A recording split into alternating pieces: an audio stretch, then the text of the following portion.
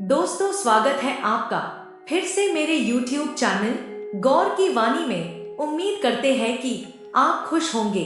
आज हम आपके लिए एक बहुत ही अच्छी कहानी लेकर आए हैं। इस कहानी से आपको बहुत कुछ सीखने को मिलेगा।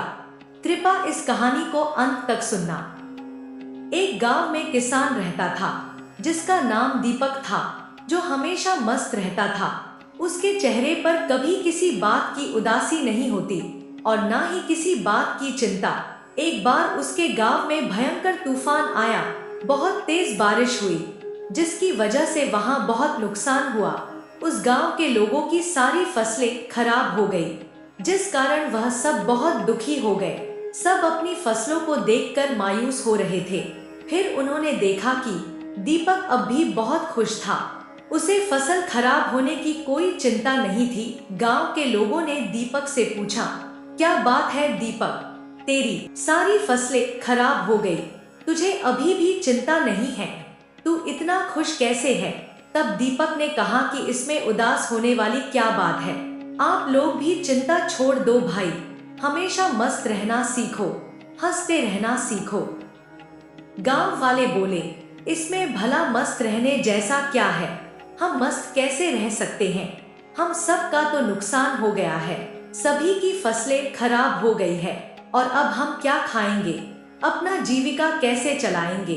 और इतना सब होने के बाद हम कैसे मस्त रहे? अब तू ही बता, क्या तुझे कभी किसी बात की चिंता नहीं होती? दीपक ने कहा, अरे भाई, चिंता छोड़ो, मस्त रहना सीखो। लोगों ने कहा कि भाई, मस्त रहने के पीछे वजह भी तो होनी चाहिए। हमें तो चिंताएं हो जाती है। हम अब बच्चे नहीं हैं जो हमेशा खुश रहे। 15 साल के बाद उनको भी चिंताएं घेर लेती है। अब तो चिंता ही चिंता है। बच्चों को पढ़ाई की चिंता, उनके करियर की चिंता, उनके फ्यूचर की चिंता और बाकी सारी घरेलू चीजों की चिंता है। तो भला इंसान कैसे खुश रहे? दीपक ने कहा कि खुश रहना भी एक कला है और मस्त रहना अपने आप में यह सोच है। गांव वालों ने बोला, तो क्या तुम हमें यह कला सिखा सकते हो जिससे कि हम भी खुश और मस्त रह सके? उसने कहा, हाँ, मैं तुम्हें एक मजेदार कहानी सुनाता हूँ, ध्यान से सुनो। बचपन की बात है। मैं अपने पिता के साथ एक बार जंगल के रास्ते से शहर जा रहा था, क्योंकि हमें अपनी फसलें शहर में बेचनी थी। उस समय मेरे पिताजी काफी परेशान रहते थे। घर में बिल्कुल भी धन नहीं बचा था। अब तो फसलों को बेचना ही आखिरी हल था। जंगल के रास्ते से जाते जाते शाम हो गई और जंगल में काफी अंधेरा हो गया था। रास्ता तो दिख नहीं रहा था। उस दिन भी ऐसे ही आंधी आई थी। कुछ समय के बाद हमारी बैलगाड़ी का पहिया गड्ढे में फंस गया और हम भी वही फंस गए। पापा ने पहिया निकालने की बहुत कोशिश करी, लेकिन वह निकला ही नहीं। अंत में हम थक के हार गए। हमें कोई रास्ता नहीं दिखाई दिया। अब हम भूख प्यास से परेशान होने लगे और हमें डर लगने लगा। मैंने पापा से कहा, पापा, मुझे बहुत डर लग रहा है। पापा ने कहा, चिंता की कोई बात नहीं, मैं तेरे साथ हूँ, तू क्यों चिंता कर रहा है? लेकिन उनके कहने से मुझे कोई असर नहीं हुआ और मैं डरने लगा, क्योंकि जंगल के बहुत अजीब अजीब सी आवाज आ रही थी। काफी प्रयास करने बाद फैसला किया कि आज रात हम यहीं बिताएंगे। सुबह जैसी होती है फिर हम बैलगाड़ी को निकालने की कोशिश करेंगे। लेकिन बात सुबह की नहीं थी।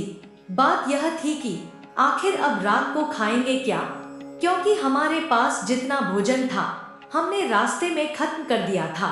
हम दोनों बैठकर कुछ सोच ही रहे थे, तभी एक कुटिया दिखाई दी जिसमें से प्रकाश की रोशनी आ रही थी।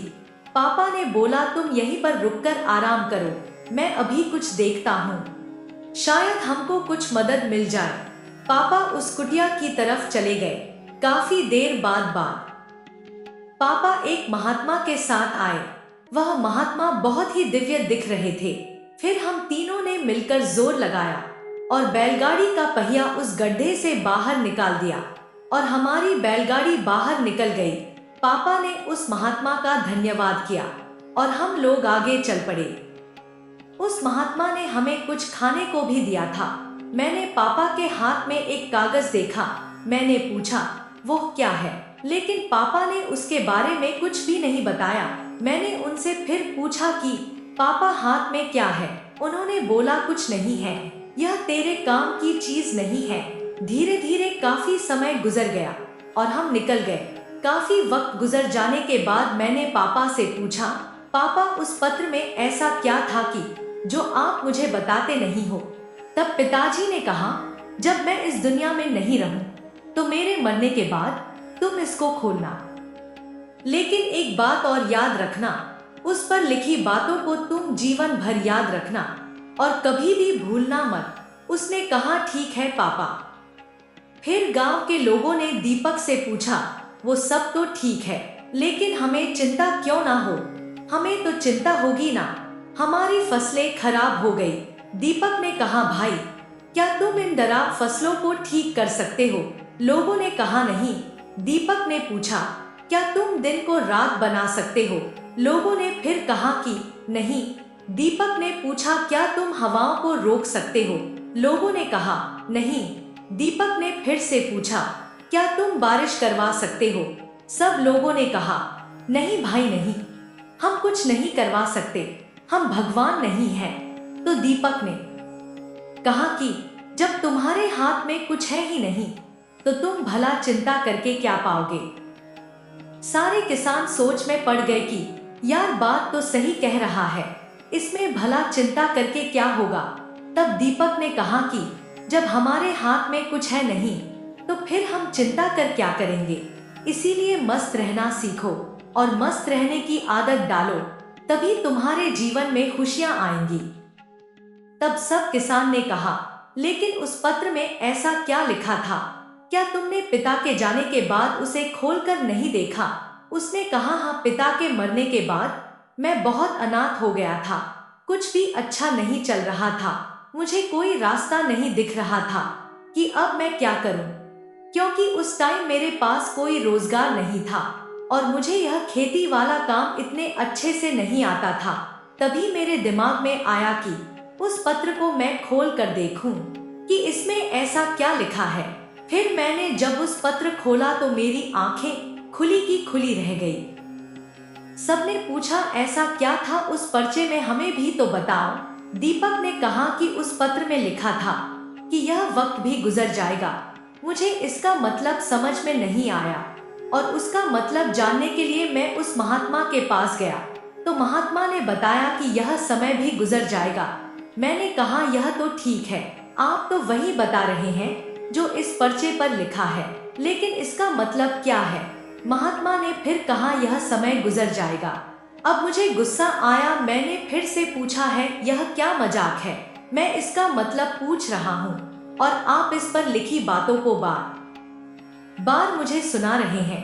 तब महात्मा ने कहा, तुम अभी परेशान हो, उदास हो, तुम्हें नहीं पता कि यह वक्त है और वक्त गुजर जाता है। यह हालात ऐसे ही नहीं रहेंगे, कुछ समय बाद सब ठीक हो जाएगा, सब कुछ बदल जाएगा और यह परेशानियों के बादल हट जाएंगे।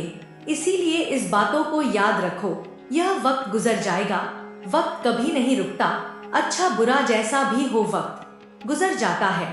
तुमको चिंता करने की कोई आवश्यकता नहीं है, तुम बस खुद को देखो और बस मेहनत करते रहो। धीरे धीरे वक्त जैसा भी हो समय बदल जाता है, क्योंकि हर रात के बाद सुबह अवश्य होती है। अगर जिंदगी में रात का अंधेरा हुआ है तो जल्दी ही दिन का उजाला हो होगा। इसलिए कभी चिंता मत करो, सब सही हो जाएगा।